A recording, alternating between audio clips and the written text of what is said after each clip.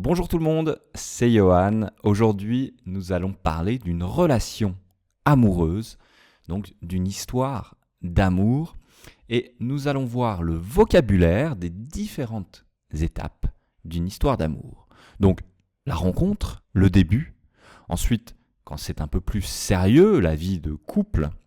Et puis peut-être aussi les problèmes. Donc, nous commençons immédiatement avec la rencontre et le vocabulaire.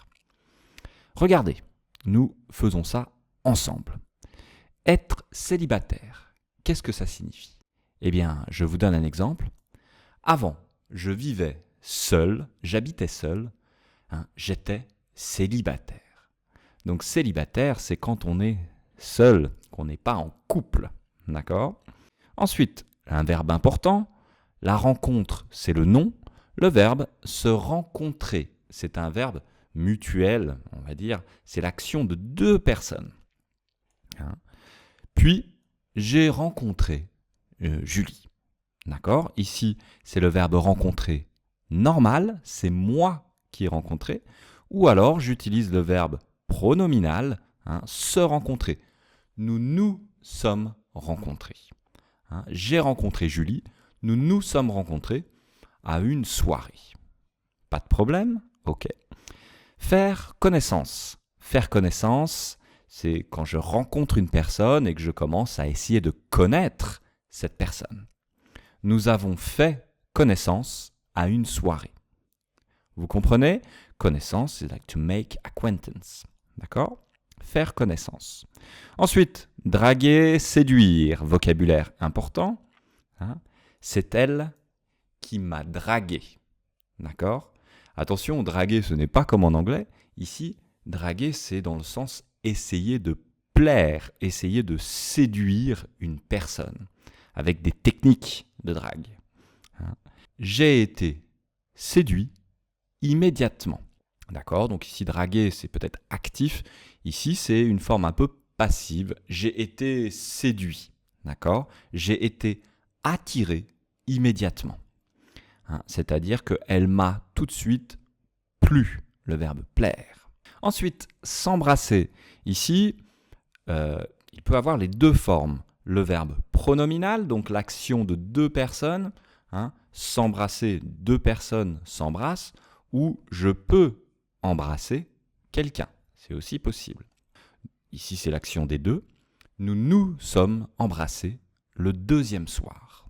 D'accord ? Vous comprenez ? S'embrasser, faire un bisou, s'embrasser. Ok. Un baiser, ici, c'est le nom. C'était un long baiser. C'était un long baiser. Attention, baiser, c'est un mot un peu particulier. Un baiser, c'est le nom. Mais le verbe baiser, attention, c'est très problématique, c'est très vulgaire. Si vous dites le verbe baiser, ça veut dire faire l'amour à quelqu'un, mais de manière vulgaire, baiser. D'accord ? Donc, attention, ici c'est le nom, c'était un long baiser. Si vous voulez l'utiliser comme un verbe, d'accord, je vais dire peut-être embrasser, ou je vais dire aussi faire la bise. Faire la bise. D'accord ? Et ici, il n'y a pas de problème. Mais baiser quelqu'un, c'est un autre sens. Ce n'est pas très joli. On continue. Ensuite, la dernière étape, sortir ensemble. C'est aussi une expression très intéressante. Sortir ensemble, eh bien, ça veut dire commencer à être un petit peu en couple, à se voir. Puis, on a commencé à sortir ensemble. Ça veut dire on a commencé à se voir, à aller peut-être au cinéma ensemble, à faire des choses ensemble. L'expression, c'est sortir avec quelqu'un. Et ça ne veut pas dire juste to go out, quelque chose. Non, c'est plutôt dans le sens to date, sortir avec quelqu'un. Voilà pour ces premières expressions sur la rencontre. On continue maintenant avec quelque chose d'un peu plus sérieux ici. Être en couple, pas de problème. Le contraire, être seul, être célibataire. Être en couple, ok. Je suis en couple avec Marion. C'était Julie, mais Marion. Ok. Vivre ensemble. Habiter ensemble. Vivre ensemble. Nous vivons ensemble dans un appartement. Pas de problème. Se fiancer. Ah, l'étape suivante. Ici, c'est un verbe pronominal. Hein. C'est sérieux. Nous allons nous fiancer. Donc, se fiancer, c'est avant le mariage, c'est l'étape avant. Nous allons nous fiancer. Le nom, c'est les fiançailles. Les fiançailles. D'accord ? Les fiançailles sont une preuve d'engagement. Ok. Bon, en même temps, il y a aussi la demande en mariage. D'accord ? Je vais la demander en mariage à Venise. Ça, c'est une expression intéressante. En français, on ne va pas proposer, non, on va demander. D'accord ? Et demander quelqu'un en mariage. D'accord ? On peut aussi faire sa demande. Hein ? Tu as fait ta demande ? Oui, faire sa demande. D'accord ? Voilà, c'est une autre expression possible. Après avoir fait sa demande, après avoir demandé quelqu'un en mariage, on va peut-être se marier. Attention, ne dites pas « j'ai marié avec blablabla ». Non, je me suis marié avec. D'accord ? Ou j'ai marié Marc. Non, non, non. En français, je me suis marié avec. D'accord ? Mes parents se sont, ici c'est bien le verbe pronominal, se sont mariés à l'âge de 23 ans. Ok. Un autre verbe, synonyme de se marier, épouser. Mon père a épousé ma mère le 12 juillet 1977. Ça marche ? Donc attention au vocabulaire et aux petites spécificités. Ici, se marier par exemple. On continue tout de suite. On termine notre vocabulaire avec les problèmes et après on fait des exercices. Premier problème, se disputer. C'est un verbe aussi pronominal, c'est l'action de deux personnes ici. Encore une fois. Donc les voisins se disputent souvent. Ça va se disputer ? Il commence à y avoir des problèmes. Peut-être qu'ils crient, ils parlent fort, ils n'ont plus une bonne relation. Ils se disputent souvent. Okay ? Une autre expression très intéressante, ne plus ou ne pas s'entendre. Ici, ils ne s'entendent plus. Ils ne s'entendent plus, ça ne veut pas dire qu'ils n'entendent pas bien, mais c'est-à-dire qu'ils n'ont plus, c'est terminé, ils n'ont plus une bonne relation, une bonne entente. Vous comprenez ? Ils ne s'entendent plus. Ici, pour ceux qui parlent anglais, to get along. D'accord ? Donc, ils ne s'entendent plus. Ensuite, peut-être que c'est l'origine du problème. Tromper quelqu'un. Eh bien, peut-être que il ou elle, je ne sais pas, il a trompé sa femme avec sa meilleure amie. Ouais. Donc, vous comprenez, tromper quelqu'un, c'est peut-être qu'il a eu une relation avec une autre personne. D'accord ? Il a trompé sa femme avec sa meilleure amie. C'est terrible. Et donc, encore une action, un verbe pronominal, ils vont se séparer. D'accord ? Ils vont se séparer. Ou alors, on peut aussi utiliser le verbe quitter. Une personne va quitter quelqu'un. Peut-être qu'elle va le quitter. Elle va le quitter. Okay. Ils vont se séparer.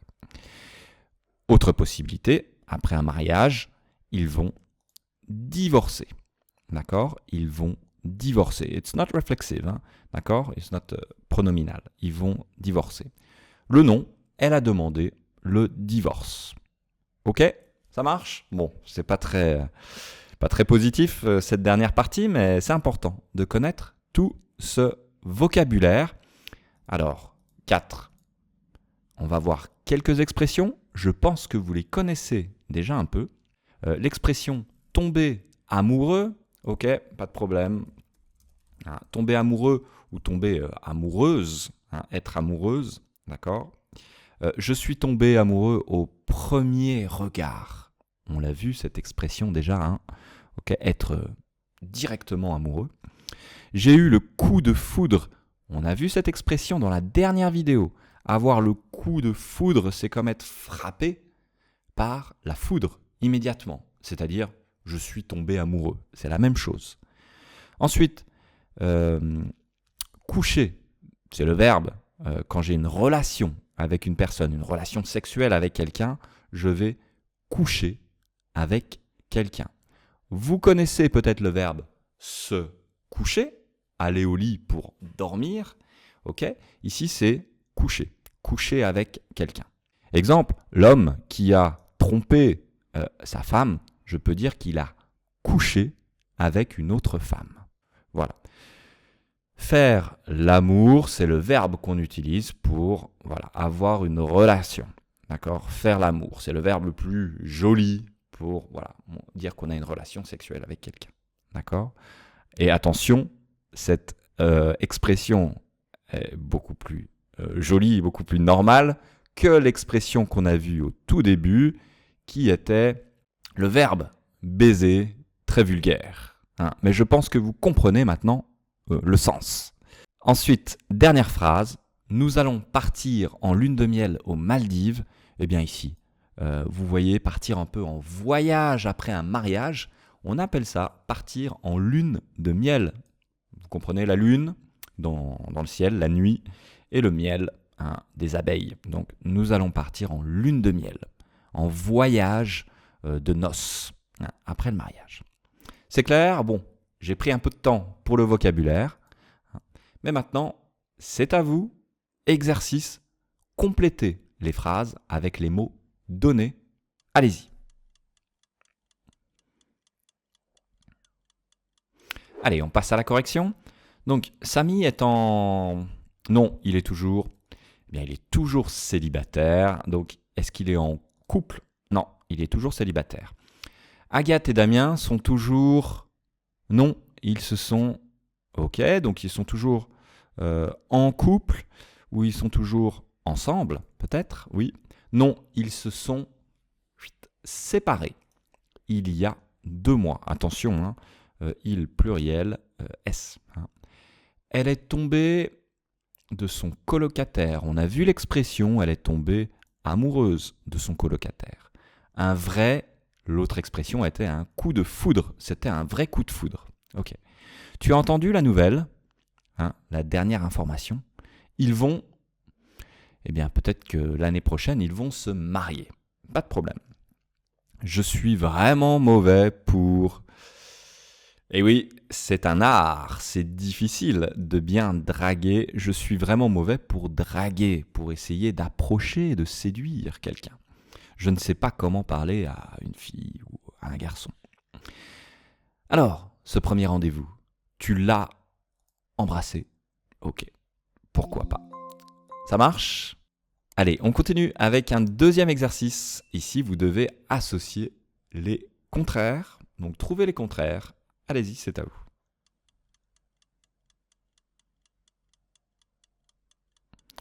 Ok, on passe à la correction.